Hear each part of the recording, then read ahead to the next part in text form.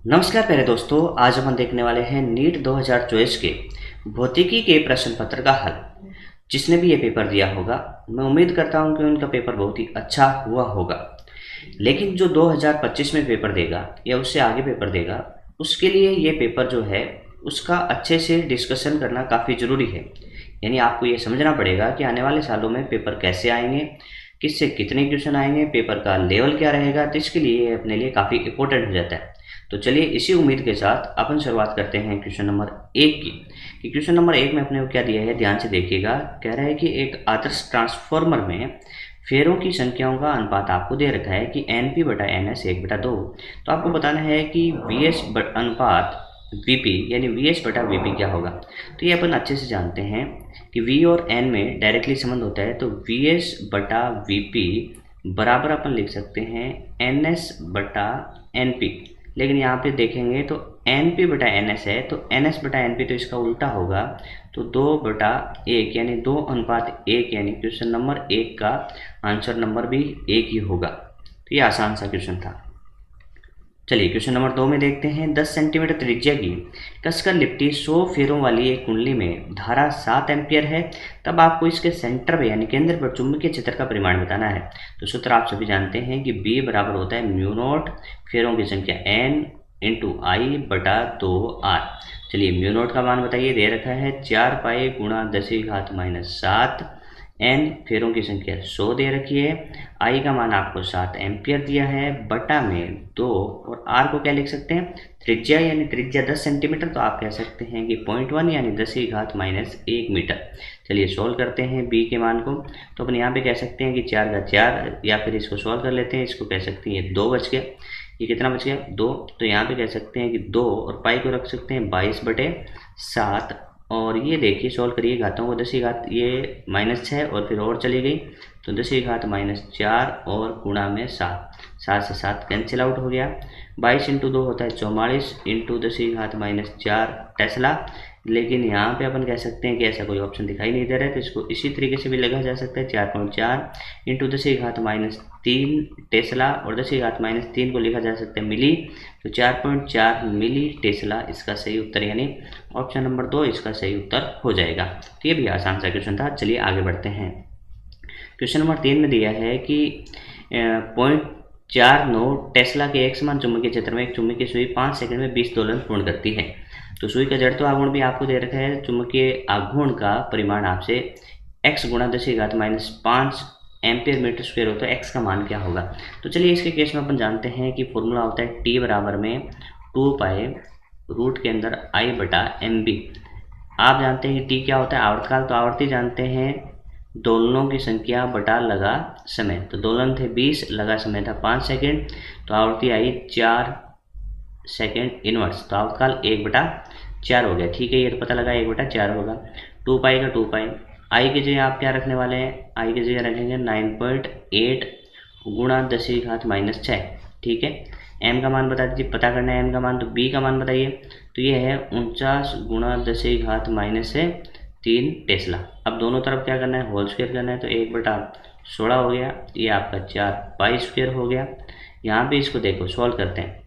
इसको अपन क्या लिख सकते हैं, अपन 4.9 के हिसाब से लिख लें।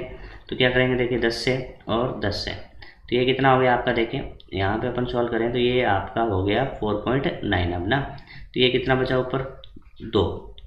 ये घातें देखें, घातें सॉल्व करते हैं तो ये बच गया आपका 10⁻⁻2। तो ऊपर 10⁻⁻4 और बटा में m। ठीक है, अब इसको सॉल्व करते हैं। देखिए तो m क्या करेंगे, एक साइड ले जाएंगे। देखिए 16 इंटू 4 64, 64 इंटू 2 128, 128 पाई का होल स्क्वायर और 10⁻⁴ ये उत्तर है। लेकिन देखिए यहाँ पे बोला है कि x गुणा 10⁻⁵, तो अपन 10 से गुणा कर देंगे, 10 से भाग दे देंगे, तो ये हो जाएगा आपका 1280 पाई स्क्वायर। और ठीक है, ये तो हो गया 1280 पाई स्क्वायर, और ये आपका बना देगा 10⁻⁵। तो आपको आगे आगे वाला पूछा था, तो ये 1280 पाई स्क्वायर इसका उत्तर हो जाएगा। इसमें कैलकुलेशन थोड़ी ज़्यादा थी, फॉर्मूला तो आपको डायरेक्ट पता ही था। ठीक है, आगे बढ़ते हैं क्वेश्चन नंबर 4 में। क्वेश्चन नंबर 4 में बोला है कि 4.5 सेंटीमीटर त्रिज्या की एक बारीक सतह समतल वर्ताकार चकती को पानी की सतह पर दे रखा है। ये प्रॉब्लम अपन अच्छे से जानते हैं ना।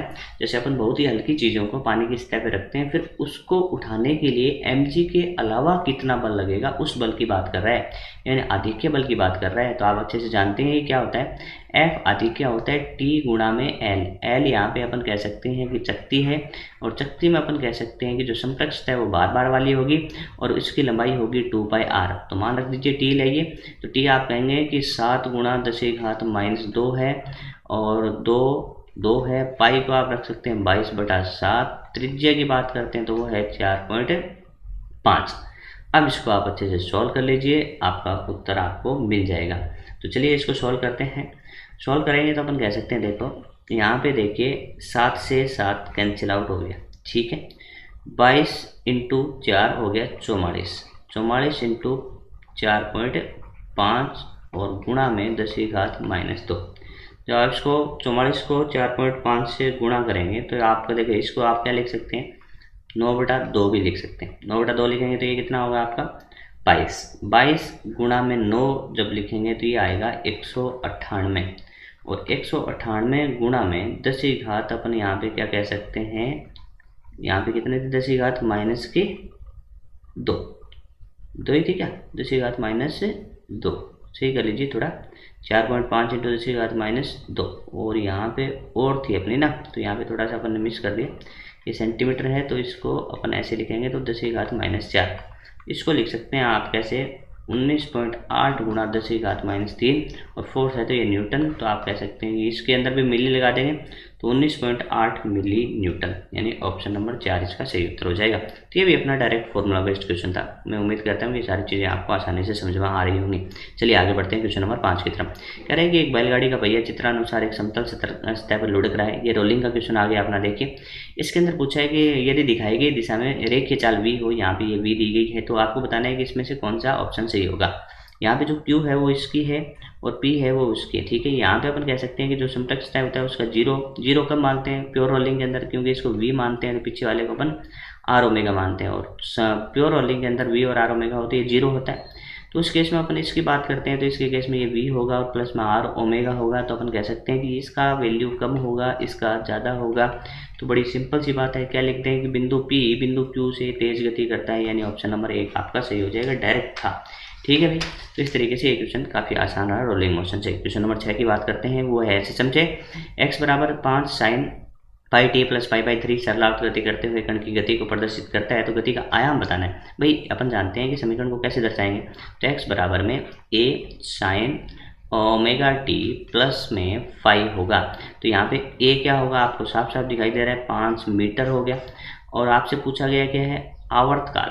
आवर्तकाल क्या होता है, ओमेगा बराबर में 2π/t, इस तरीके से। या फिर अपन कह सकते हैं कि t बराबर में 2π/ω, बोला ओमेगा की जगह तो पाई लिखा है तो पाई लिख दो, तो आंसर आ गया 2 सेकेंड। तो आप कहोगे कि इसमें भाई आवर्तकाल 2 सेकेंड आएगा, तो आप कह सकते हैं कि इसके केस में आयाम 5 मीटर और आवर्तकाल जो है वो 2 सेकेंड है। तो इस तरीके से ऑप्शन नंबर इसका 1 सही होगा, ठीक है। आगे बढ़ते हैं। आगे क्या है कि गोलक की डोरी से क्षैतिज तल में इस प्रकार घुमाया जाता है कि इसकी प्रारंभिक चाल ओमेगा आरपीएम है, तो डोरी में तनाव टी है। तो यहाँ पे आप देखिए क्षैतिज तल है भाई, तो अपन जानते हैं ना ये होता है क्षैतिज तल। इसी केस में अपन तनाव लिखना चाहें रस्सी के अंदर तो टी बराबर में ओमेगा के रूप में लिखना है, तो N omega square into R है।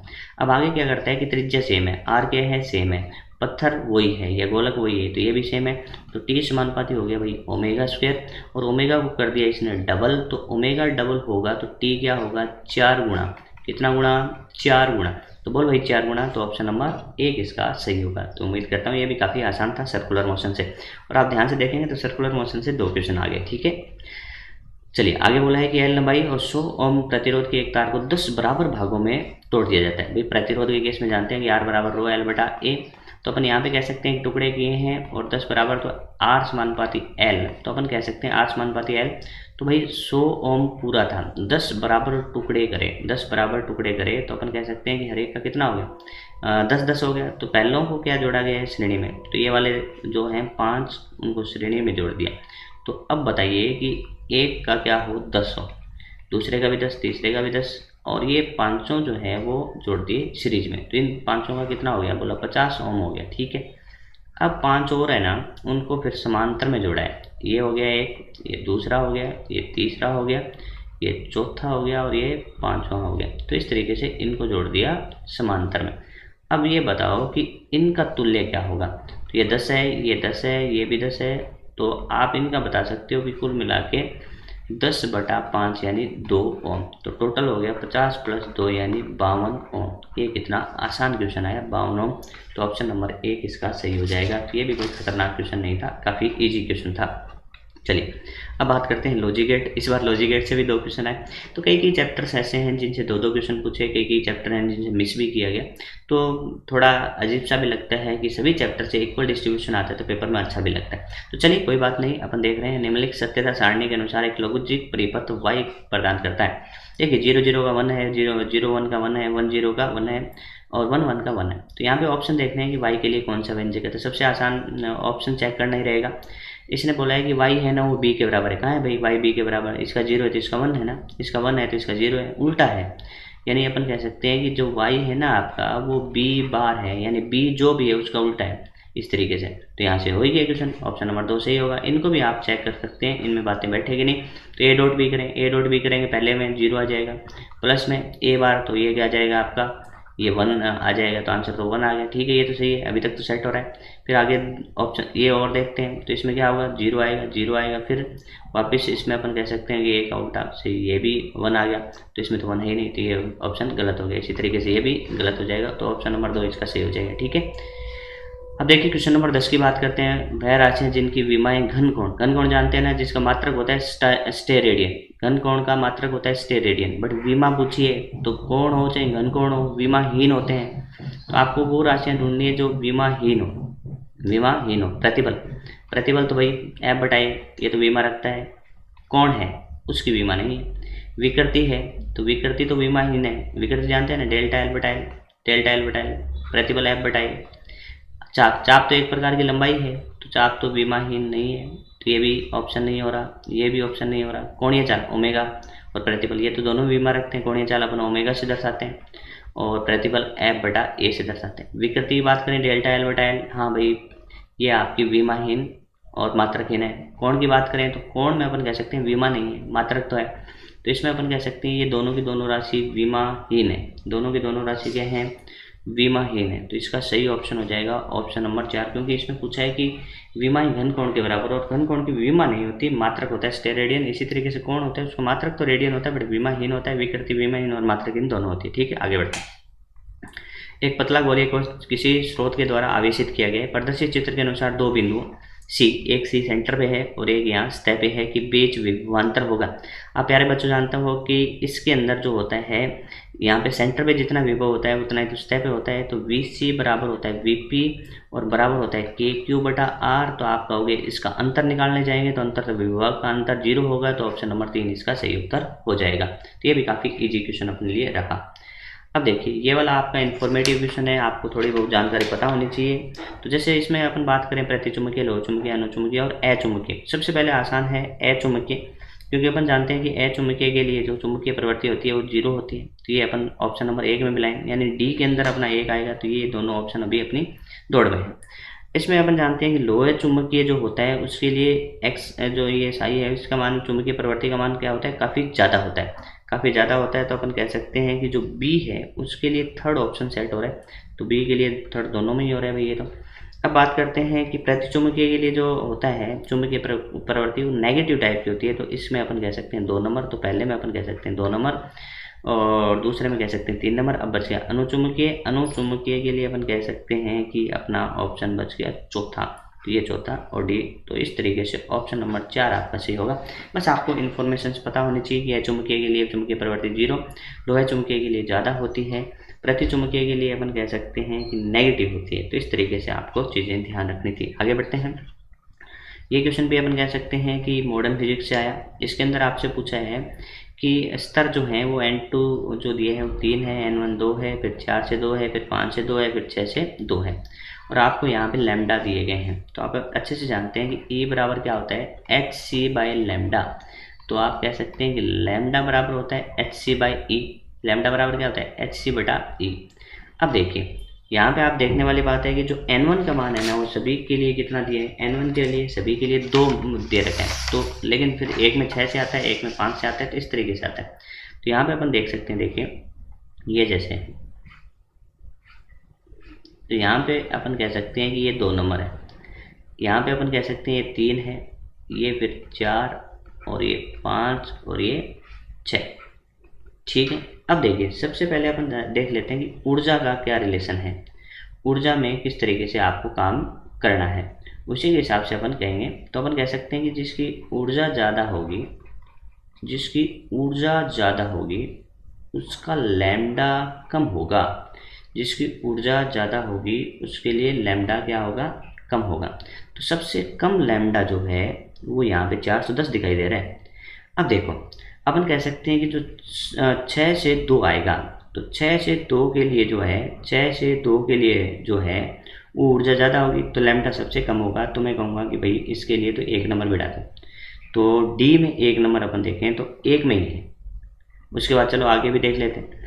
अब ये दूसरे वाली ये ऊर्जा ज़्यादा होगी, तो दूसरे नंबर पे कम लैम्डा इसका आएगा, तो ये आएगा आपका सी में 2।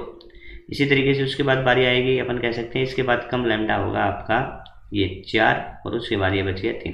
तो पहले में 3 कर दो, दूसरे में आप 4 कर दो और तीसरे में आप 2 कर दो और डी में आप पहला कर दो, यानी ऑप्शन नंबर 1 आपका सही उत्तर हो जाएगा। तो ये भी अपन कह सकते हैं काफ़ी ईजी था, बिना कैलकुलेशन के क्वेश्चन का हल कर सकते हैं। आगे बढ़ते हैं। आगे है परमाणु विद्युत उदासीन होते हैं क्योंकि इसमें समान संख्या में धनात्मक और ऋणात्मक आवेश होते हैं, एकदम सही कथन है। अब देखिए इसके बाद बोला है कि प्रत्येक तत्व के परमाणु स्थायी होते हैं तथा अपना अभिलाक्षणिक स्पेक्ट्रम उत्सर्जित करते हैं। इस क्वेश्चन में थोड़ा दिक्कत आ रहा है लोगों को कि इसको कुछ सही मान रहे हैं और कुछ गलत मान रहे हैं। तो यहाँ पे क्या लिखा है कि प्रत्येक तत्व लिख दिया, यानी ईच एलिमेंट के परमाणु स्थायी होते हैं, ये बात थोड़ी सी गलत है। अपन यहाँ पे अभी लेटेस्ट एनसीईआरटी देखें तो उसमें लिखा है कि मोस्ट मतलब बहुत सारे स्थायी होते हैं, लेकिन सारे के सारे प्रत्येक तत्व के परमाणु स्थायी हो ये कि जरूरी नहीं है। तो इस वजह से ये कथन आपका गलत हो जाता है। ठीक है, पुराने वाले एनसीईआरटी में ये भाई सही मान सकते हैं, लेकिन नई एनसीईआरटी में लिखा है कि ज़्यादातर होते हैं लेकिन प्रत्येक तत्व के परमाणु स्थायी नहीं होते, तो इस वजह से दूसरा गलत होगा। तो पहला सही होगा तो दूसरा गलत होगा, यानी अपने को इसमें ऑप्शन नंबर 2 सही करना पड़ेगा। ठीक है, फिर भी आपको डाउट लगता है तो कमेंट बॉक्स में जरूर बताएं कि इसका सही आंसर क्या होना चाहिए। अपने हिसाब से तो सही आंसर 2 ही होना चाहिए। तो चलिए आगे बढ़ते हैं क्वेश्चन नंबर 15 में। एक अध्रुवित प्रकाशपुंज किसी कांच की सतह पर ब्रूस्टर कोण पर टकराता है। भाई आप जानते हैं जो ये कांच की सतह इस तरीके से है, इस पे ब्रूस्टर कोण पे टकराए तो ऐसे कोई आपकी किरण आई फिर ब्रूस्टर कोण पे टकराई, तो ब्रूस्टर कोण पे जब टकराती है तो ये आपकी परावर्तित तरंग है, ये आपकी अपवर्तित तरंग है। तो परावर्तित और अपवर्तित के बीच का कोण होता है 90 डिग्री, और ये जो परावर्तित है वो पूर्णतः ध्रुवित होती है। ये आपकी जो परावर्तित है वो आपकी पूर्णतः ध्रुवित होती है, जबकि जो अपरिवर्तित तरंग होती है वो आंशिक ध्रुवित होती है। यानी वो कैसी होती है, आंशिक ध्रुवित होती है। तो ये वाली आपकी आंशिक ध्रुवित होगी। तो यहाँ पे ऑप्शन ऐसे देखना है, ये वाली आपकी कौन सी तरंग है, परावर्तित। ये कौन सी है, परावर्तित। ये कौन सी है, अपवर्तित। तो परावर्तित पूर्णतः, परावर्तित प्रकाश पूर्णतः ध्रुवित, परंतु अपवर्तित प्रकाश आंशिक ध्रुवित होगा। तो इस वजह से ऑप्शन नंबर 3 इसका सही उत्तर हो जाएगा। तो चलिए आगे बढ़ते हैं। निम्न में से कौन सा ग्राफ 1/λ² और गतिज ऊर्जा के परिवर्तन को दर्शाता है। तो आप अच्छे से जानते हैं कि लैम्डा बराबर में होता है h/p। p जो होता है वो संवेग होता है, तो आप लिख सकते हैं कि लैम्डा और p की जगह लिख सकते हैं 2m, और काइनेटिक एनर्जी यहाँ पे E है। तो लैम्डा समानुपाती हो गया 1/√E, दोनों साइड होल स्क्वायर कर दीजिए, तो लैम्डा का होल स्क्वायर समानुपाती होगा 1/E। जैसे अपने इक्वेशन में चाहिए वैसे लिखें तो 1/λ² समानुपाती E। अब देखिए ये y एक्सिस पे लिखा है तो इसको y मान लो, इसको x मान लो, क्योंकि ये x एक्सिस पे तो y समानुपाती x यानी मूल बिंदु से जाने वाली सरल रेखा होगी। इन क्वेश्चन का हल करते टाइम आपको ये ध्यान रखना होता है कि जो यहाँ पे लिखा होता है उसकी जगह आप y लिखें। तो मैंने 1/λ² की जगह y लिखा है और e की जगह x लिखा है, तो y समानुपाती x तो आप जानते हैं ना मूल बिंदु से जाने वाली सरल रेखा होती है। ठीक है, तो इस तरीके से काफ़ी ईजी रहा। आगे बढ़ते हैं कि आगे वाले क्वेश्चन में अपने को क्या पूछा है। उम्मीद करता हूँ कि सारी चीज़ें आपको बहुत अच्छे से समझ में आ रही होंगी। यदि वीडियो अच्छा लगे तो लाइक ज़रूर करें। आगे बढ़े। ठीक है, एक वृत्ताकार पथ पर एक समान चाल का मतलब होता है एक समान वृत्तीय गति। कौन सी गति है भाई? एक समान वृत्तीय गति। और एक समान वृत्तीय गति के लिए अपने को क्वेश्चन पूछ लिया कि इसमें त्वरण जो होता है वो नियत होता है, दूसरे में बोला है कि वेग नियत हो गया। भैया वृत्तीय गति में वेग तो कभी नियत नहीं होता, तो नियत वेग काट दो। उसके बाद परिवर्ती वेग, हाँ वेग परिवर्ती होगा। और परिवर्ती त्वरण, यहाँ पे थोड़ा डाउट आता है बच्चों को। देखिए अपन कह सकते हैं कि इसके अंदर होगा तो AC, क्योंकि 80 तो 0 होगा, लेकिन जो अभिकेंद्रीय त्वरण होगा उसकी दिशा हमेशा केंद्र की ओर होती है। लेकिन ये बदल तो रही है ना भाई, यहाँ वाला -i कैप बोलेगा, यहाँ वाला -j कैप बोलेगा, ये i कैप बोलेगा और ये -j कैप, तो दिशा तो बदल गई। परिमाण में नियत होता है, दिशा में बदलता है, तो अपन कह सकते हैं कि परिवर्ती वेग और परिवर्ती त्वरण होगा, यानी अपन कह सकते हैं कि 17 का 3 होगा। अपन जानते हैं कि जो इस तरीके का क्वेश्चन है अपने में नीट में पहले भी पूछा गया, तो एक समान वृत्तीय गति काफ़ी आसान सा है, थियोरेटिकल क्वेश्चन है, सभी ने कंप्लीट कर दिया होगा उम्मीद है। क्वेश्चन नंबर बात करते हैं 18 की। यदि मुक्त आकाश में प्रकाश का वेग c है, फोटोन के लिए निम्नलिखित में से सही कथन होगा। तो पहला बोला है कि फोटोन की ऊर्जा E बराबर h है। एकदम सही बात होती है कि फोटोन की ऊर्जा कितनी होती है, ठीक है। फोटोन का वेग प्रकाश के वेग के बराबर होता है, सही है। फोटोन का समय p बराबर hν/c है, अपने फॉर्मूला लिखा है, ये भी सही है। फोटोन इलेक्ट्रॉन टक्कर में दोनों कुल ऊर्जा और कुल समय संरक्षित रहते हैं, सही है। फोटोन पर धनात्मक आवेश होता है, नहीं भाई, फोटोन आपका क्या होता है, कोई आवेश नहीं रखता, फोटोन आपका कोई आवेश नहीं रख सकता। तो इस तरीके से अपन कह सकते हैं E नहीं होगा, बाकी ABCD होगा, ABCD होगा। तो ऑप्शन नंबर 1 इसका सही हो जाएगा, डायरेक्ट थियोरेटिकल क्वेश्चन था। आगे देखिए, अपन कह सकते हैं कि रेडियो एक्टिविटी से क्वेश्चन पूछा। इसके अंदर पहले बोला कि 82,290 का जो है वो अल्फा उत्सर्जित करता है, तो क्या होगा, तो अपन कह सकते हैं भाई अल्फा के अंदर हीलियम 24 होगा। तो यहाँ पे देखिए इसको 2 कम कर दीजिए तो ये 80 हो गया, और यहाँ पे 4 कम कर दीजिए तो 286 हो गया। अभी प्लस यानी बीटा प्लस की बात करें तो यहाँ पे एक कम होगा, 79 होगा, बट यहाँ पे कोई प्रभाव नहीं पड़ेगा। यहाँ पे अपन कह रहे हैं कि एक बीटा माइनस है तो एक की वृद्धि हो जाएगी 80, और ये 286, और यहाँ पे अपन कह रहे हैं एक की वृद्धि और होगी 81 और 286 इलेक्ट्रॉन। तो इस तरीके से अपन कह सकते हैं कि जो आएगा ये तो आएगा 81 और ये आएगा 286। 81 और 286 की बात करें तो ऑप्शन नंबर 3 इसका सही उत्तर आपके सामने जा रहा है, ठीक है। तो ये भी काफ़ी इजी क्वेश्चन था, क्योंकि इस तरीके के क्वेश्चन नीट में काफ़ी पूछे गए हैं, तो काफ़ी आसानी से अपन ने कंप्लीट किया। क्वेश्चन नंबर 20 की बात करूँ तो निम्नलिखित परिपथ में टर्मिनल A और टर्मिनल B के बीच में तुल्यधारिता क्या होगी, तो अपन कह सकते हैं ये 2 है, ये 2 है, 2 है, तो ये आप हटा सकते हैं कि संतुलित व्हीटस्टोन ब्रिज की तरह। फिर 2 और 2 ये कितना होगा 1, ये 2 और 2 कितना होगा 1, और 1 और 1 किसमें हो गया समांतर में, जानेंगे ना। 2 और 2 कितना होगा श्रेणी में 1, 2 और 2 कितना होगा श्रेणी में 1, 1 और 1 समांतर में कितना होगा 2। तो ये आपका 2 माइक्रोफैरेड यानी 20 का 4 आएगा। ऐसे क्वेश्चन पिछली बार भी नीट में आया था, इस बार भी आ गया, काफ़ी ईजी आ गया। और अपन देख रहे हैं कि ये वाला तुल्य गया है, तो कोई ज़्यादा टफ क्वेश्चन नहीं आया। इसी तरीके का तुल्य प्रतिरोध का भी क्वेश्चन आ गया, तो दोनों एक ही थीम के क्वेश्चन थे। अब बात करते हैं 21 नंबर, 1 ओम आंतरिक प्रतिरोध। यहाँ पे आंतरिक प्रतिरोध 1 ओम है। 10 विद्युत वाहक की बैटरी का टर्मिनल वोल्टेज क्या होगा, जिसके 4 ओम के बाह्य प्रतिरोध से जोड़ा गया। सबसे पहले धारा निकालनी चाहिए, तो I बराबर होता है V/R। तो भाई V कितना बोलोगे 10, R कितना बोलोगे 4 + 1 यानी 5, तो 2 एम्पियर धारा आने वाली है। टर्मिनल वोल्टेज VT निकालें तो अपन कह सकते हैं कि E - IR। तो E का मान है 10, I की बात करें तो 2, और R है आंतरिक प्रतिबल 1, तो ये आंसर आएगा 8 वोल्ट, यानी ऑप्शन नंबर 2 इसका एकदम सही आंसर हो जाएगा। तो चलिए अब बात करते हैं 22 नंबर की। यदि यंग द्विध्रुवी प्रयोग में एक वर्णी मोनोक्रोमेटिक प्रकाश को श्वेत प्रकाश यानी जिसमें सातों कलर हो परिवर्तित कर दिया जाए तो क्या होगा। तो ये क्वेश्चन अपन क्या कर सकते हैं कि सीधा थ्योरेटिकल क्वेश्चन है, तो अपन कह सकते हैं कि इसके केस में जो होता है, यदि अपन मोनोक्रोमेटिक एक वर्णी स्रोत की जगह श्वेत प्रकाश लेते हैं तो अपने को क्या होता है कि जो सेंट्रल होता है, सेंट्रल में ब्राइट के साथ साथ इसके जो साइड वाली होती है वो कलरफुल यानी रंगीन फ्रिंज होती है। तो अपन कह सकते हैं कुछ रंगीन फ्रिंजों से घिरी एक टिप केंद्रीय फ्रिंज होगी, यानी 22 का ऑप्शन नंबर 2 यानी ये सही हो जाएगा, ठीक है। क्वेश्चन नंबर 23 की बात कर सकते हैं। NLM से काफ़ी इजी क्वेश्चन पूछा गया। गुटके A पर 10 न्यूटन का बल लगाया, जिसमें 2 और 3 kg के 2 गुटके थे, घर्षणहीन सतह पर रखे हुए थे।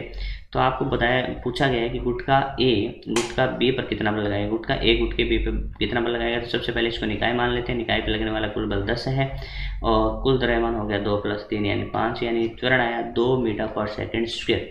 त्वरण आया 2 मीटर/सेकंड स्क्वायर। अब बना लेते हैं FBD किसका बनाते हैं 3 kg का। 3 kg पे अपन को पूछा है कि A ने पी पर कितना बल लगाया तो वो होगा विलंब प्रतिक्रिया बल। तो एफ नेट बराबर एम ए की बात करें तो एफ नेट हो गया एन एम इंटू ए, एम का मान यहाँ पे रखेंगे 3, ए का मान रखेंगे 2, तो उत्तर आ गया आपका 6 न्यूटन। तो 6 न्यूटन ऑप्शन नंबर इसमें 2 दे रखा है, जो कि काफ़ी ईजी था, एनएलएम से काफ़ी आसान क्वेश्चन था। बात करते हैं चॉइस। ये आपका आ गया थर्मोडाइनमिक्स से, एक उष्मागतिकी निकाय के चक्रीय प्रक्रम ABCD दर्शाया गया है। तो आपको बी सी पथ के अनुदिश गैस के द्वारा किया गया कार्य क्या होगा, बी से सी जाना है। भाई बी से सी जाना है तो आप यहाँ पे देख सकते हैं कि आयतन क्या है, नियत है। नियत आयतन में किया गया कार्य क्या होता है, शून्य। नियत आयतन में किया गया कार्य क्या होगा, शून्य, क्योंकि आयतन नियत है। तो BC प्रोसेस में यानी work done in BC process, answer 0। तो ये काफ़ी ईजी था।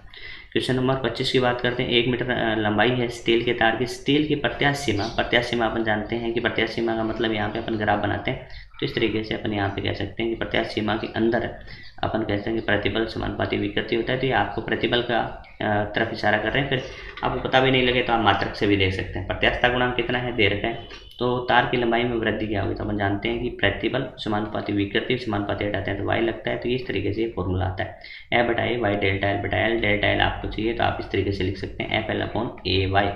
एफ की जगह आप क्या रखना, एफ बटा ए है, एफ बटा ए है, उसका पूरा मान आपके पास रखा है कि 8 गुणा 10 की घात 8, और आप यहाँ पे एफ बटा ए हो गया, वाई का मान ले आओ 2 गुणा 10 की घात 11, और एल का मान 1 मीटर। तो यहाँ पे कह सकते हो कि 4 गुणा 10 की घात -3 मीटर, यानी आप कह सकते हैं 4 mm, यानी 25 में ऑप्शन नंबर 1 आपका सही उत्तर होने वाला है।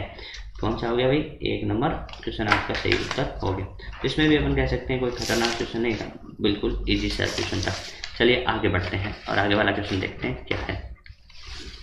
ये वापस से अपना लॉजिक गेट का क्वेश्चन आ गया। लॉजिक गेट के क्वेश्चन को अपन ध्यान से देखें तो क्या लिख सकते हैं भाई, ये देखिए दोनों को एक में ही शामिल कर दिया तो अपन जानते हैं कि नोट की तरह व्यवहार करता है, तो ए बार हो जाएगा, इसका बी बार हो जाएगा। फिर ये यहाँ पे एंटर हुए तो क्या हो गया, और है, और के आगे नोट है, तो सबसे पहले और ऑपरेशन कर देते हैं। चलो कर दिया। अब इसके बाद में नोट का ए लगा दो। अब इसको डीमॉर्गन से सोल्व कर दो, तो आप क्या करेंगे, प्लस वाला किस में बदल देंगे, डॉट में। और ये आप इस तरीके से, सॉरी ये गलत लिखा मैंने, थोड़ा सा 1 मिनट रुकिएगा। अपन यहाँ पे सही से लिखें तो अपन क्या कह सकते हैं, देखो ध्यान से क्या करा अपन ने, ये था ऐसे। तो इसको कैसे लिख सकते हैं, देखो डॉट लिख दिया, ए बार बी बार, और यहाँ पे इसको ऐसे तोड़ देंगे तो डबल बार वन जानते हैं खत्म हो जाता है। तो ए डॉट बी आपका आंसर है। ए डॉट बी आप कह सकते हैं कि एंड गेट होता है। ए डॉट बी आपका क्या होता है, एंड गेट होता है। तो ऑप्शन नंबर 3 इसका सही उत्तर होगा। उम्मीद करता हूँ कि सारी चीज़ें आपको आसानी से समझ में आ रही होंगी। फिर भी कोई डाउट बचता है तो आप आसानी से कमेंट बॉक्स में पूछ सकते हैं। चलिए आगे बढ़ते हैं, क्वेश्चन नंबर 27 में देखते हैं। समांतर द्रव्यमान के 2 पिंड हैं ए और बी, जिसमें पूर्णतः अप्रत्यास्थ टक्कर होती है, और टक्कर से पहले जो है वो ए जो है कितने वेग से चल रहा है, v1 से, जबकि v जो है वो आपका विराम में है। फिर आप बताइए, पूर्णतः अप्रत्यास्थ टक्कर में दोनों क्या कर चलते हैं, साथ साथ चलते हैं, तो उनका वेग तो क्या होगा, a की जितना होगा उसका मान दिया v2। आप समय संरक्षण से बड़े आराम से क्वेश्चन कर सकते हैं। m इंटू v1 लिख सकते हैं, दूसरे का 0 लिख सकते हैं, दोनों एक ही हो गए तो 2m इंटू v2 लिख सकते हैं। आपको पूछा है कि v1 बटा v2 क्या होगा, तो आपका उत्तर होगा भाई 2/1 होगा, 2/1, यानी ऑप्शन नंबर 1 इसका सही उत्तर हो जाएगा। तो ये क्वेश्चन भी काफ़ी आसान रहा। क्वेश्चन नंबर बात करते हैं 28 की। निम्नलिखित कथनों ए और बी को लेकर सही उत्तर चुनिए। ऐसे क्वेश्चन नेट में पहले भी पूछा जा सके तो डायरेक्ट है, क्योंकि इस बार इसको अपन कह सकते हैं एक्सपेरिमेंट में भी ऐड किया था, इसलिए अपने से ये क्वेश्चन पूछ लिया गया। क्वेश्चन में कह रहा है कि सोलर सेल के लिए आई वी कैरेक्टरिस्टिक्स यानी आई वी अभिलाक्षणिक दिए गए ग्राफ के चौथे चतुर्थांश में होते हैं। सही बात है, अपन कह सकते हैं कि सोलर सेल के लिए जो आई वी कैरेक्टरिस्टिक्स होती हैं वो चौथे चतुर्थांश में होती है। एकदम बात सही है, तो ये अपना ट्रू है। आगे बोला है कि उत्क्रम अभिनत पीएन जंक्शन डायोड में धारा बहुसंख्यक आवेश वाहकों के कारण माइक्रो एम्पियर में होती है। देखिए यहाँ पे बहुसंख्यक गलत लिखा है, यहाँ पे अलग संख्यक लिखते हैं तो ये सही होता है। तो इस तरीके से ये स्टेटमेंट आपका फॉल्स हो गया, पहला सही है दूसरा गलत है। तो इसमें देखें पहला सही है दूसरा गलत है, तो ऑप्शन नंबर 4 आपका सही उत्तर हो जाएगा। ठीक है भाई, अब देखें इसको अपन समझते हैं कि क्या कह रहा है कि उपरोक्त चित्र में एक तीव्र क्षण परिनालिका 1 से परिनालिका 2 की ओर गति कर रही है। परिनालिका 1 में प्रेरित धारा की दिशा तथा परिनालिका 2 में प्रेरित धारा की दिशा क्या होगी आपको बताना है अच्छे से। देखिए यहाँ से नॉर्थ से साउथ, ये नॉर्थ साउथ है मैग्नेट का, ये इसकी तरफ ले जा रहा है भाई, इस तरफ ले जा रहा है, तो इसमें जो लाइन्स होंगी वो बदलेंगी तो ये विरोध करेगा। तो ये अपन कहेंगे कि साउथ है तो ये भी क्या बनना चाहेगा, साउथ बनना चाहेगा। ये अपन कह सकते हैं नॉर्थ पोल इससे दूर आ रहा है तो इसको दूर नहीं जाने देगा, ये भी क्या बनेगा, साउथ बनेगा। तो इस तरीके से यहाँ से देखें अपन साउथ है तो यहाँ पे क्या होगा, नॉर्थ होगा, यहाँ पे भी क्या होगा, नॉर्थ होगा। अब अपन अंगुलियों को मोड़ के देख सकते हैं कि धारा किस तरीके से जाएगी। तो अपन कह सकते हैं भाई धारा जो जाएगी वो यहाँ पे साउथ बनाना है और यहाँ पे नॉर्थ बनाना है। तो किस तरीके से भेजेंगे, तो ध्यान से बताइए। यहाँ पे अपन देखें तो यहाँ पे देखिए, अब यहाँ पे अपन फिंगर को कर्ल करके बात करेंगे तो क्या करेंगे, देखें जैसे ये नॉर्थ है और ये साउथ है, तो भाई अपन कह सकते हैं कि साउथ ऐसे बनाना है तो नॉर्थ की तरफ ले जाएंगे ना अंगूठा, तो अंगूठे आप मोड़िए इसको तो आप पता लगेगा इस तरीके से धारा जाएगी। तो ये अपन कह सकते हैं ये तो ऐसे आई, तो ये कहाँ से चली, डी से चली और गई किसकी तरफ, सी की तरफ। यहाँ पे देखिए, यहाँ पे भी अंगुलियाँ मोड़िए तो ये ऊपर से ऐसे जाती हुई आपको दिखाई देंगी। अंगुलियाँ मोड़ेंगे तो नॉर्थ क्या होगा, बाईं साइड आपको बनाना है। तो बाईं साइड आपको बनाना है तो मेरे को लगता है ये वाली धारा आपको ऐसे जाएगी। ये थोड़ा सा यहाँ पे अपन क्या है कि फिंगर से नहीं देख पा रहे हैं तो इस वजह से थोड़ा प्रॉब्लम हो सकता है। तो अपन कह सकते हैं कि पहले केस में जैसे ये साउथ है तो साउथ पास आ रहे हैं तो यहाँ पे साउथ ही बनेगा, यहाँ पे नॉर्थ दूर जा रहा है तो उसको आकर्षित करने के लिए साउथ बनेगा। तो इस वजह से पहले केस में तो मैं कह सकता हूँ ये वाला D to C है और ये इधर वाला A to B है। तो A to B हो और D to C हो, A to B हो और D to C हो, तो ऑप्शन नंबर 4 इसका सही उत्तर हो जाएगा आपका ना। तो 4 नंबर उत्तर सही होगा। ठीक है, आगे बढ़े। आगे देखिए, कह रहा है कि 4 × 10⁻⁶ कूलम मीटर परिमाण विद्युत ध्रुव आघूर्ण अदिश P के द्वारा द्विध्रुव के केंद्र से 2 मीटर की दूरी पर अक्षीय बिंदु पर विभव इतना है। तो अपन जानते हैं कि अक्षीय पे विभव का मान क्या होता है, द्विध्रुव Kp/r² होता है। K का मान आप जानते हैं 9 × 10⁻9 होता है। द्विध्रुव आघूर्ण जो 4 × 10⁻⁶ दे रखा है बटा r² यानी 2 का होल स्क्वायर, अपन कह सकते हैं 4, ये तो कैंसिल आउट हो गया। तो यहाँ से 9 × 10⁻³ आपका उत्तर आ रहा है। तो ये भी आ रहा है 9 × 10⁻³ यहाँ पे प्लस माइनस दिशा बता रहा है, तो ये तो सही है, ये तो सही है। अब यहाँ पे कहें कि V बराबर में 2 Kp/r³, r दूरी से 2 मीटर की दूरी पर अक्षीय बिंदु A पे, ये फॉर्मूला थोड़ी होगा, Kp/r³ होगा ना, यहाँ पे 2 गड़बड़ कर रहा है तो ये आपका फॉल्स होगा। तो पहला ट्रू है दूसरा फॉल्स है, तो आप कह सकते हैं पहला ट्रू है दूसरा फॉल्स है, तो 2 पहला सही दूसरा गलत, यानी ऑप्शन नंबर 2, 30 में 2 आएगा। 30 में कितना आएगा, 2 आएगा।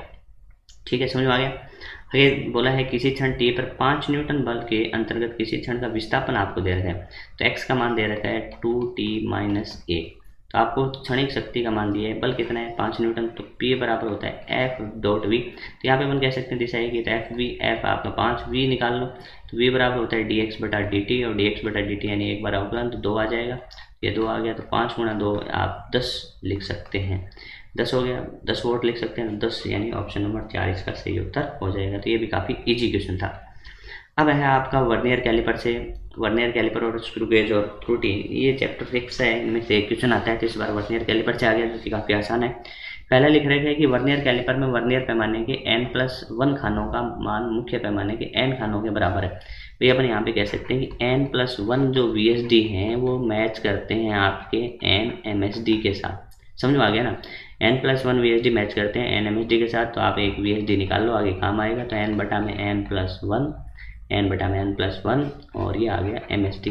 अब बात करते हैं लिस्ट काउंट की, तो लिस्ट काउंट होता है आपका 1 MSD माइनस में 1 VSD। आप 1 MSD की जगह 1 MSD रहने दें, 1 VSD की जगह n/n+1 और गुणा में MSD कॉमन ले लेना, n+1 एलसीएम लेंगे, n+1 एलसीएम लेंगे तो n+1 में से n गया तो यहाँ पे 1 आएगा और यहाँ पे 1 MSD बच गया। और 1 MSD का मान देखिए, यदि मुख्य में बनेगा 0.1 mm है तो आंसर चाहिए सेंटीमीटर में। ये बड़ी अच्छी बात होती है कि पहले मान देंगे mm में, फिर रखेंगे किसमें, सेंटीमीटर में। तो अपन कह सकते हैं कि इस 0.1 mm को अपन क्या लिख सकते हैं, 0.1 और 10⁻³ सेंटीमीटर में बदलना हो तो क्या लिखते हैं 0.1 10⁻⁻1 और 10⁻²। तो ये आपका सेंटीमीटर है, तो ये कितना हो गया 1/100, यानी 10⁻² है तो 1 MSD 1/100 होगा, तो 1/100 और ये n+1 और ये आपका उत्तर आ जाएगा। तो ऐसा ऑप्शन नंबर 1 होगा। तो ये क्वेश्चन अच्छा था, ऐसे क्वेश्चन की प्रैक्टिस भी अपन करते रहते थे। कोई वैसे तो टफ नहीं है, यहाँ पे सेंटीमीटर में कोई गलत कर दे तो कर दे, वैसे कोई ज़्यादा कोई खास बात है नहीं। आगे बढ़ते हैं क्वेश्चन नंबर 33 में। एक पतली छड़ के इसके मध्य बिंदु से गुजरने वाले छड़ के लंबवत अक्ष के सापेक्ष जड़त्व गुण ml²/12 होता है। तो ml²/12 का मान आपको दे रखा है 2400 ग्राम सेंटीमीटर स्क्वायर, और आपको पूछा है कि छड़ की लंबाई क्या होगी। तो m की जगह आप क्या रखेंगे भाई, ग्राम का ग्राम में रख दीजिए, क्योंकि इधर भी ग्राम चल रहा है। 400 तो सॉल्व करेंगे, 2 0 चले गए यहाँ से, तो l² आ गया आपका 24 × 12/4, और यहाँ पे आप कह सकते हैं कि भाग लगाएं तो 3 तो 24 इंटू 3, 24 इंटू 3 और फिर इसका रूट भी लेना है। तो L यहाँ पे आएगा आपका 24 इंटू 3। ये और अपन जानते हैं कि 25 इंटू 3 क्या होता है, 25 इंटू 3 होते हैं 75, और तो उससे क्या होगा, 3 कम होगा तो ये होगा 72, 72, तो रूट 72। अब देखिए रूट 64 होता है 8, रूट 64 कितना होता है 8, तो ये 8 से क्या हुआ थोड़ा सा ज़्यादा, तो 8 से थोड़ा सा ज़्यादा अपना 8.5 सेंटीमीटर ही आएगा, क्योंकि देखिए सारी जो चीज़ें थी वो सेंटीमीटर में चल रही थी। ठीक है, बातें समझ में आई। अब चलते हैं क्वेश्चन नंबर 34 के। ये आपका ऑप्टिक्स से आ गया। कह रहे हैं कि एक प्रकाश किरण समकोणीय प्रिज्म के बिंदु P पर 30 डिग्री के कोण पर आपतित होती है, प्रवेश करती है। ये प्रिज्म के आधार BC के समांतर चलकर AC के अनुदिश पारगमित होती है, तो प्रिज्म का अपवर्तनांक क्या होगा। तो काफ़ी आसान है, देखिए यहाँ पे ये 90 डिग्री आपको दे रखा है, क्योंकि ऐसे समांतर हो गई, ये 90 हो गया। यहाँ पे अपन R मान लेते हैं, तो यहाँ पे अपन कह सकते हैं देखिए ये 90 है, ये भी 90 है, और ये अपन कह रहे हैं कि यहाँ पे भी 90 है। तो इस तरीके से अपन यहाँ पे इस कोण की बात करें तो ये भी क्या हुआ 90 डिग्री। ठीक है, तो अब यहाँ से ये बड़ी आराम से निकाल सकते हैं, ये कितना आएगा आपका 90 माइनस R, क्योंकि सबका मान कितना होना चाहिए 180। तो अब यहाँ पे स्नेल का नियम लगा दीजिए, 1 गुणा साइन 30 डिग्री बराबर में म्यू साइन R। इसको सॉल्व करिए आप, तो ये आएगा 1/2 म्यू साइन R। ठीक है, तो साइन R का जो मान आया वो 1/2 म्यू आया, ये समीकरण नंबर 1 माना। इसी तरीके से दूसरी साइड आप स्नेल का नियम लगाएंगे, तो म्यू साइन 90 माइनस R बराबर 1 इंटू साइन 90 डिग्री। ये होगा म्यू, और साइन 90 माइनस R होगा कोस R, और साइन 90 1 होगा, तो यहाँ से आपका कोस R आता है 1/म्यू। ये समीकरण नंबर 2। अब जानते हैं कि 1 का होल स्क्वायर प्लस 2 का होल स्क्वायर, यानी साइन का होल स्क्वायर प्लस कोस का, sine square plus cos square हमेशा 1 होता है। Sine square plus cos square करिए तो यहाँ पे इस साइड तो 1 हो जाएगा, ये 1/4 म्यू स्क्वायर प्लस 1/म्यू स्क्वायर। एलसीएम ले लीजिए, 4 म्यू स्क्वायर तो ऊपर आ जाएगा देखिए 1, और यहाँ पे 4 5, तो म्यू स्क्वायर का मान आ गया अपने पास 5/4। इसको सोल्व करेंगे तो म्यू बराबर आएगा रूट का 5, और 4 का रूट होगा 2, तो ऑप्शन नंबर 1 इसका सही उत्तर हो जाएगा। तो ये भी ऑप्टिक्स का अपन कह सकते हैं थोड़ा अच्छा क्वेश्चन मान सकते हैं, क्योंकि इसमें थोड़ा सोचना था और कैलकुलेशन भी करनी है, और किस तरीके से कैलकुलेशन करनी है ये भी कई बार बातें अटक जाती हैं। ठीक है, तो चलिए आगे बढ़ते हैं। आगे है कि ग्रह का द्रव्यमान आपको पृथ्वी के द्रव्यमान का 1/10वां भाग है, इसका व्यास पृथ्वी के व्यास का आधा है, तो इस ग्रह पर गुरुत्वीय त्वरण क्या होगा। भाई जी डैश पूछा है, जी डैश का फॉर्मूला लगा देते हैं, जी एम डैश बटा आर डैश का होल स्क्वायर। तो जी का जी है, पृथ्वी का m/10, और यहाँ पे r देखें तो आधा है, तो r/2 का होल स्क्वायर। तो अब इसको सॉल्व करते हैं, तो ये 4 चला जाएगा ऊपर, 10 आ जाएगा नीचे, और gm/r²। ये अपन जानते हैं कि अपना g होता है, तो यहाँ से आ जाएगा 2g/5। 2g/5 को लगभग देखें तो g का मान 10 रख दें, तो 10 रखेंगे तो अपना कहेंगे 20/4 यानी 20/5, तो उत्तर 4 के आसपास आएगा। तो ये तो हो नहीं सकता, ये नहीं हो सकता, तो ये अगर 4 से बड़ा है तो ये ऑप्शन अपना सही होगा, क्योंकि 9.8 रखने से आपको डायरेक्ट इसका सही उत्तर मिल जाएगा। क्या सही बोल रहा हूँ मैं, g/r² m/10, और यहाँ पे 4/10 यानी 2g/5 यानी 20/5 यानी 4 के लगभग उत्तर आ रहा है, तो ये एकदम सही है। ठीक है, चलिए आगे बढ़ते हैं। सेक्शन ए अपना कंप्लीट हो गया, अब बात करते हैं सेक्शन बी की। इसके अंदर पहला क्वेश्चन लिए है, पहले क्वेश्चन के अंदर बोल रहा है कि मुक्त आकाश में संचरित विद्युत चुंबकीय तरंग में से कौन सा गुण नहीं होता। यानी आपको पूछा है कि विद्युत चुंबकीय तरंग जो है ना उसमें कौन सा गुण नहीं होता, ये आपको बताना है। तो देखिए पहला है विद्युत क्षेत्र में ऊर्जा घनत्व है और चुंबकीय क्षेत्र में ऊर्जा घनत्व बराबर होता है, एकदम सही बात है, ट्रू है। और जो वेग है, वेग या इसकी जो चाल है वो c² बराबर जानते हैं ना, c² बराबर 1/μ0 तो c बराबर 1/रूट में μ0 के बराबर होती है, ये भी सही बात है। एक समान चाल से गतिमान आवेशों के द्वारा उत्पन्न होती है, नहीं, विद्युत चुंबकीय तरंगें एक समान से नहीं त्वरित से उत्पन्न होती हैं, तो ये कथन गलत होती है। इसने बोला एक समान चाल से, तो एक समान चाल से नहीं त्वरित से बोलना चाहिए था। वे अनुप्रस्थ प्रवृत्ति होती हैं, एकदम सही बात है, तो ऑप्शन नंबर 3 होगा, क्योंकि इसमें गलत कथन आपसे पूछा गया था। अब बढ़ते हैं 37 नंबर की तरफ। कह रहे हैं कि एक वस्तु की गति का वेग जो है वीटी ग्राफ आपको दे रखा है, वीटी ग्राफ दे रखा है, और इसके लिए आपको एटी ग्राफ पूछा है। यहाँ पे देखिए अपन जानते हैं कि ए बराबर होता है डी वी बटा डी टी, ए बराबर होता है डी वी बटा डी टी। तो यानी अपन कह सकते हैं कि इसका जो ढाल है वो आपको करंट देगा। तो यहाँ पे ढाल पॉजिटिव, यहाँ पे ढाल जीरो, यहाँ पे नेगेटिव। तो पहले आएगा पॉजिटिव, पहले आएगा पॉजिटिव। यहाँ पे देखिए, यहाँ पे तो कुछ है नहीं, ये जीरो है, तो यहाँ पे देखिए पॉजिटिव आएगा। तो बट होगा तो नहीं है, तो ये नहीं होगा, ये नेगेटिव हो गया, ये वैसे का वैसे ही हो गया, तो ये पॉजिटिव वैसे ही है, ये जीरो है और ये आपका नेगेटिव भी आ गया। तो ऑप्शन नंबर 2 इसका सही उत्तर हो जाएगा।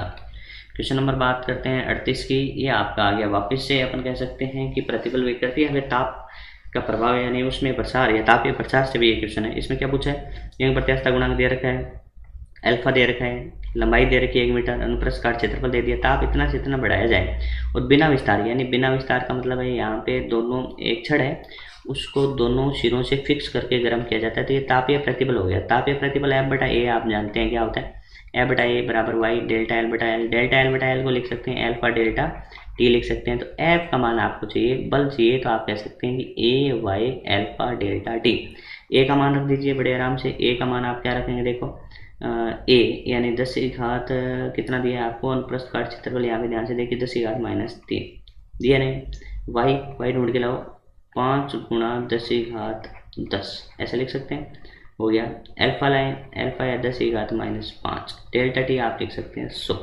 अब इसको सोल्व करना है, तो यहाँ से देखिए 5 तो आएगा, ये देखिए ये माइनस और ये होगी 8, यहाँ से बची 2 और 2 और ये 2, तो 10 की घात 4 न्यूटन। ऐसा कोई ऑप्शन देखो, तो ये तो काट ही दो, ये भी काट दो। 5 गुणा 10 की घात 3 नहीं है, 50 गुणा 10 की घात 3 नहीं, ये वाला ऑप्शन आपका सही होगा। 38 नंबर क्वेश्चन आपका एकदम सही था, ठीक है। तो इस तरीके से ये कर दिया आपने, ये भी काफ़ी आसान है। अब देखिए, यदि एक सरल लोलक के गोलक का द्रव्यमान इसके मूल द्रव्यमान के 3 गुणा से बढ़ा दिया जाए, भाई गोलक है उसका द्रव्यमान 3 गुणा बढ़ा दिया, उसकी प्रारंभिक लंबाई आधी कर दें, तो दोलन का नया आवर्तकाल प्रारंभिक आवर्तकाल का x बटा 2 गुणा हो जाता है, तब x का मान क्या होगा। तो बड़ी सिंपल सी बात है, सिंपल पेंडुलम का आवर्तकाल होता है t बराबर 2 पाई रूट एल बटा जी। तो द्रव्यमान का तो यहाँ पे कोई लेना देना है नहीं, तो t समानुपाती होगा रूट एल। लंबाई कर दी आती, तो अब नया टी डैश होगा, वो क्या होगा आपको बताना है। तो टी डैश बटा टी और इसकी लंबाई अपन लिखेंगे एल बटा 2 और पहले वाले के एल, तो यहाँ पर टी डैश आएगा टी बटा में रूट 2, टी बटा में रूट 2, लेकिन इसको चाहिए उत्तर x बटा 2 में, तो रूट 2 से गुणा कर दे, रूट 2 से भाग लगा दे, ठीक है। तो ये देखो ध्यान से, ये 2 बन गया ना, बट ऊपर तो रूट 2 गुणा, तो ये रूट 2 गुणा, यानी 1 नंबर इसका सही उत्तर हो जाएगा। तो इसमें थोड़ा सा गणित था, बाकी क्वेश्चन आसान था, ठीक है। चलिए आगे बढ़ते हैं। क्वेश्चन नंबर 40 में वह परिपथ चुनिए जो ब्रिज के संतुलन प्राप्त कर सके। भाई संतुलन कैसे प्राप्त होता है, संतुलन प्राप्त करने के लिए अपन देखते हैं कि ये बटाइए बराबर हो जाने चाहिए, तो संतुलन हो जाएगा। तो यहाँ पे 10 बटा 10 एक सही है, 15, ये 15 हो सकता है क्या, ये देखना। देखिए यहाँ पे ये बैटरी की पॉजिटिव ऐसे है, तो यहाँ पे अपन कह सकते हैं तो क्या है, रिवर्स बाइस में, तो रिवर्स बाइस में तो वैसे ही इसका क्या हो गया, ये अनंत हो गया, तो ये वाली चीज़ें संभव ही नहीं हो, क्योंकि यहाँ पे तो प्रतिरोध बहुत ही ज़्यादा हो गया। तो अपने को चाहिए था यहाँ पे 10 बटा 10 15 एक चाहिए था, वो नहीं है, तो ये वाला संतुलित नहीं हो सकता। रिवर्स बाइस का कोई और है तो वो भी अपन देख लेते हैं, ये वापस वही कहानी हो गई, रिवर्स बाइस ये भी संतुलित नहीं हो, तो ऐसी घटना। अब देखिए फॉरवर्ड में ये वाला, अगर अभिनति में ये वाला और ये वाला, इन दो में से देखना है कि कौन सा हो। ये 10 बटा 10 है, ये 15 होना चाहिए, लेकिन यहाँ पे देखिए समांतर में है, तो समांतर में तो और कम हो जाएगा ना भाई, 5 है, 5 के ये समांतर में आया, तो ये तो समांतर में 5 से कम आएगा, ये तो 5 से कम आएगा, 5 से कम, लेकिन अपने को तो चाहिए 15 तक, तो 5 से ज़्यादा आता है तो संभावना होती है, तो इस वजह से इसकी संभावना भी खत्म। यहाँ पे आप देख सकते हैं कि यहाँ पे देखिए 10 है, 15 है, और यहाँ पे अपन कह सकते हैं फॉरवर्ड में, लेकिन कुछ प्रतिरोध ऐसे दे सकते हैं जिसकी वजह से अपने आप को 15 बना सकता है और संतुलित हो सकता है। तो ऑप्शन नंबर 4 आपका सही उत्तर हो जाएगा। ये अच्छा क्वेश्चन मान सकते हैं। आगे बोला है कि I बराबर AT स्क्वायर प्लस BT द्वारा परिभाषित एक बल दिए गए समय t पर कण पर आरोपित होता है, यदि अल्फा तथा बीटा नियतांक हो तो निम्न में से कौन सा घटक विमाहीन होगा। अपन जानते हैं कि प्लस से जुड़ने वाले जो राशियां होती हैं वो समान विमाएं रखती हैं, तो अल्फा टी स्क्वायर का विमा बराबर होगा बीटा टी के। फिर आप सॉल्व करें इसको, तो टी से टी चला गया, तो अल्फा टी बटा बीटा आपका होगा विमाहीन।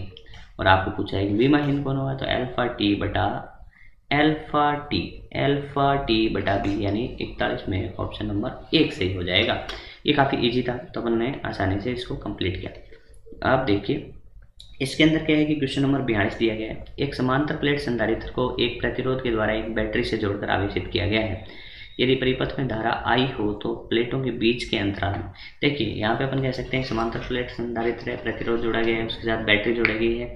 उसके अंदर अपने को विस्थापन धारा और चालन धारा के बारे में पूछा गया है। तो अपन कह सकते हैं कि ID और IC बराबर होते हैं परिमाण और दिशा में। तो I के परिमाण समान विस्थापन धारा की दिशा में होता है, I परिमाण के समान भी होता है और दिशा भी सेम होती है। तो ये तो आपका थ्योरेटिकल क्वेश्चन था। 42 नंबर का आंसर 1 सही हो जाएगा। ठीक है, आगे बढ़ते हैं। क्वेश्चन नंबर 43 में बोला है कि L लंबाई के एक लोह छड़ चुंबक का चुंबकीय आघूर्ण कैपिटल M है। ठीक है, यह लंबाई मध्य में इस प्रकार मोड़ा जाता है कि दोनों भुजाओं के 60 डिग्री का कोण बनाती है। देखिए पहले ऐसे थी, तो इस केस में अपन कह सकते हैं, देखिए ऐसे थी, तो इस केस में जो M था वो क्या M इंटू लंबाई L होगी। अब इसको कितने डिग्री पे मोड़ दिया, 60 डिग्री के कोण पे मोड़ दिया। तो ये कहानी कुछ हो गई इस तरीके से। आप कह सकते हैं कि ये L/2 यानी कैपिटल L/2 लिख लो भाई, कैपिटल L दिए, ये भी L/2 और ये 60 डिग्री का कोण। आप ध्यान से देख सकते हैं ये भुजा बराबर है, 60 डिग्री का कोण है। तो यहाँ पे अपन कह सकते हैं, देखिए ये कोण और ये कोण भी बराबर होंगे, तीनों कोण 180 होंगे। तो ये भी 60 और ये भी 60, तो ये L/2। तो यहाँ पे जो नया M डैश आएगा ना, वो बताइए, वो तो M ही है, बट ये इनके बीच की दूरी L/2 है। तो ये तो M का पुराने वाले M का आधा आएगा, यानी ऑप्शन नंबर 1 सही उत्तर हो जाएगा। ये काफ़ी इजी था। मैं उम्मीद करता हूँ कि सारी चीज़ें आपको बहुत आसानी से समझ में आ रही होंगी। हाँ तो प्यारे बच्चों, 43 क्वेश्चन अपन ने कंप्लीट कर लिए। उम्मीद करता हूँ कि ये आपको बहुत अच्छे से समझ में आ रहा होगा। यदि यह प्रयास हमारा आपको अच्छा लगे तो चैनल को सब्सक्राइब जरूर करें, जिससे आने वाले टाइम में भी अपन हिंदी माध्यम के विद्यार्थियों के लिए ऐसी ही वीडियो लाते रहेंगे। तो चलिए बात करते हैं क्वेश्चन नंबर 44 की। कह रहा है कि कैपिटल M द्रव्यमान और कैपिटल R त्रिज्या की पृथ्वी के तल से 2r ऊंचाई पर स्थित एक वर्ताकार कक्षा में स्मॉल m द्रव्यमान के किसी उपग्रह को पृथ्वी तल से प्रक्षेपित करने के लिए आवश्यक न्यूनतम ऊर्जा क्या होगी। तो आप देखते हैं कि जब पृथ्वी की सतह पे होगा, तो पृथ्वी की सतह पे जब सैटेलाइट होगा तो उसके पास केवल पोटेंशियल एनर्जी होगी। तो स्टार्टिंग की जो एनर्जी लिखेंगे potential energy -G capital M small m बटा में R। लेकिन जब ये ऑर्बिट में वहाँ पे स्थापित कर दिया जाएगा तब उसकी जो एनर्जी होगी वो टोटल एनर्जी के बराबर होगी।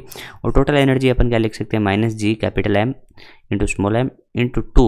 और यहाँ पे अपन जो लिखते हैं वो पृथ्वी के केंद्र से लिखते हैं, तो R प्लस में 2R हो गया। ये वाला देखिए पृथ्वी की सतह पे जब है वहाँ पे केवल पोटेंशियल एनर्जी है, लेकिन जब ये वहाँ पे स्थापित हो गया तो वहाँ पे आपकी टोटल एनर्जी होगी। तो यहाँ पे अपन कह सकते हैं -G capital M small m बटा में, यहाँ पे आप लिख सकते हैं कि 3 गुणा में 2 यानी -6R। आपको चाहिए अब डेल्टा E, तो आप लिख सकते हैं कि फाइनल माइनस इनिशियल। तो फाइनल माइनस इनिशियल करेंगे तो माइनस का G capital M small m बटा में 6R और माइनस माइनस यहाँ पे प्लस हो गया G capital M small m बटा में R। यहाँ पे 6R LCM आ जाएगा। यहाँ पे आप कह सकते हैं कि -G कैपिटल M और यहाँ पे 6G capital M into small m। तो आपका आंसर आ रहा है 5G capital M small m बटा में 6R। तो ऐसा ऑप्शन आपको मिल जाएगा, ऑप्शन नंबर 4। ये क्वेश्चन एक अच्छा क्वेश्चन था जिसके अंदर अपने को यदि कॉन्सेप्ट पता नहीं होता है तो इस क्वेश्चन को करना थोड़ा सा मुश्किल होगा। चलिए आगे बढ़ते हैं। क्वेश्चन नंबर 45 में, यदि एक बैटरी से जुड़े समांतर प्लेट संधारित्र की प्लेट एक दूसरे की ओर गति करती है, यानी बैटरी से जुड़ा है, तो बैटरी से जुड़े होने की वजह से अपन कह सकते हैं कि V तो क्या है, नियत है। अब क्या कर रहा है कि पास ला रहा है, तो D क्या हो रहा है, कम हो रहा है। D कम होने से अपन कह सकते हैं C बराबर होता है एप्सिलॉन A/D। तो D क्या हुआ, कम हुआ, तो C क्या हो गया, बढ़ेगा। C क्या होगा, बढ़ेगा। अब देखते हैं ऑप्शन, इसमें संचित आवेश बढ़ेगा तो Q बराबर C भी होता है। तो V तो क्या है, नियत है, लेकिन C बढ़ रहा है तो Q भी बढ़ेगा, तो एकदम सही है।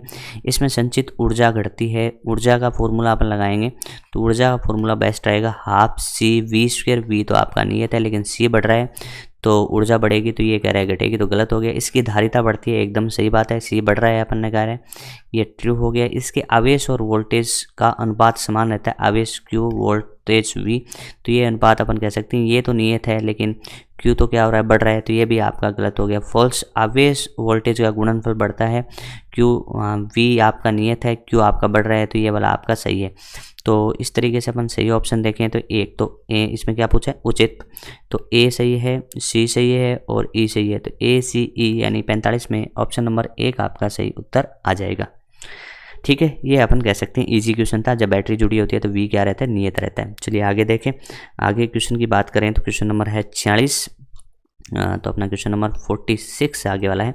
ये आपका आ गया आपके ग्राफ से, जिसमें अपने को बोला है कि टी और वी के मध्य है, तो आपको P1 P2 के मध्य संबंध बताता है।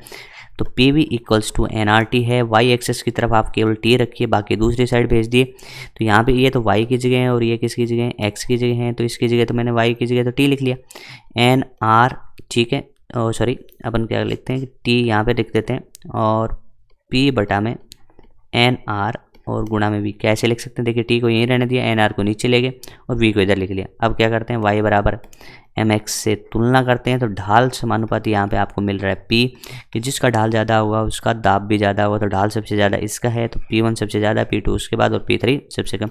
तो P1 greater than P2 greater than P3, यानी अपन कह सकते हैं कि ऐसा ऑप्शन आपने को देखने को मिलेगा तीसरा, यानी 46 में आंसर आएगा 3। आंसर क्या आएगा 3। आगे बढ़ते हैं। 2 हीटर आपको दे रखे हैं, तो जिनकी शक्ति भी आपको दे रखी है 1 और 2, पहले श्रेणी में जोड़ दिया और बाद में समांतर में जोड़ दिया। तो पहले अपन श्रेणी सीरीज की बात करें तो सीरीज में होता है P1 P2 upon P1 plus P2। तो ये कितना आएगा, देखिए 1 गुणा 2 बटा में 1 प्लस 2, यानी 2 बटा 3 आएगा ये। अब बात करते हैं श्रेणी के बाद पैरेलल की, तो उसमें होता है P1 प्लस P2। तो उसका उत्तर तो सिंपल था, 1 प्लस 2 यानी 3। अब इसका अनुपात की बात करें तो PS बटा P यानी पैरेलल में, तो ये 2 बटा 3 बटा में 3, तो उत्तर आ रहा है इसका 2 बटा 9। क्या है ऐसा ऑप्शन नंबर 1 सही होगा। तो इसका ऑप्शन नंबर 1 सही होगा। ये काफ़ी इजी क्वेश्चन था। आगे बढ़ते हैं क्वेश्चन नंबर 48 में। 48 क्वेश्चन अच्छा क्वेश्चन है, इसको समझना पड़ेगा। कह रहे हैं कि तीव्र चुंबकीय ध्रुव के सामने एक क्षैतिज तल पर एक चादर रखी गई है। यानी अपन कह सकते हैं कि अपन कह सकते हैं कि ऐसे एक चुंबकीय ध्रुव होगा, उसके सामने एक सीट रखी गई है। तो एक बल आवश्यक होगा, कि बल कब आवश्यकता पड़ेगी, यदि है चुंबकीय, मान लो कह रहा है कि चुंबकीय पदार्थ से बना है, तो अपन कह सकते हैं कि इंडक्शन की वजह से इसमें मटेरियल पे भी डिपेंड करता है, और इंडक्शन की वजह से ये क्या है कि इसको यहाँ पे स्थिर रखना है, तो अपने को बल की आवश्यकता पड़ेगी। तो यदि चुंबकीय है तो इसको स्थिर रखने की बल की आवश्यकता होगी, एकदम सही कथन है। यदि अचुंबकीय है तो ऐसा कुछ होगा ही नहीं, इंडक्शन जैसी चीज़ होगी नहीं, तो इसकी वजह से अपन कह सकते हैं कि यहाँ पे रखने के लिए कोई फोर्स की आवश्यकता नहीं है। तो ये कह रहा है कि आवश्यक है, तो अपन कहेंगे ये फॉल्स है। यदि ये चालक है तो चालक में भी अपन कह सकते हैं कि ऐसी चीज़ें होंगी, और यहाँ पे इसको रखने के लिए इंडक्शन की वजह से क्या होगा कि ये इधर उधर गति कर सकती है। तो यहाँ पे बोला है कि यदि ये चालक है, तो अपन चादर को ध्रुव की ओर एक समान ले जाते हैं, तो अपन कह सकते हैं कि उसको एक पास में या दूर ले जाएंगे, तो इंडक्शन की वजह से इसमें होगा प्रेरण की वजह से कुछ बल की आवश्यकता होगी, इसको अपने को स्थिर रखना होगा। तो ये भी एकदम सही है। अब बात करते हैं इसकी, तो कुचालक और अध्रुवित है, इसकी कोई आवश्यकता नहीं है, तो ये हो गया फॉल्स। तो इसमें अपन कहेंगे ए और सी ऑप्शन आपके सही हो जाएंगे। ये क्वेश्चन भी एक अच्छा क्वेश्चन अपने लिए बन के आया। आगे बढ़ते हैं।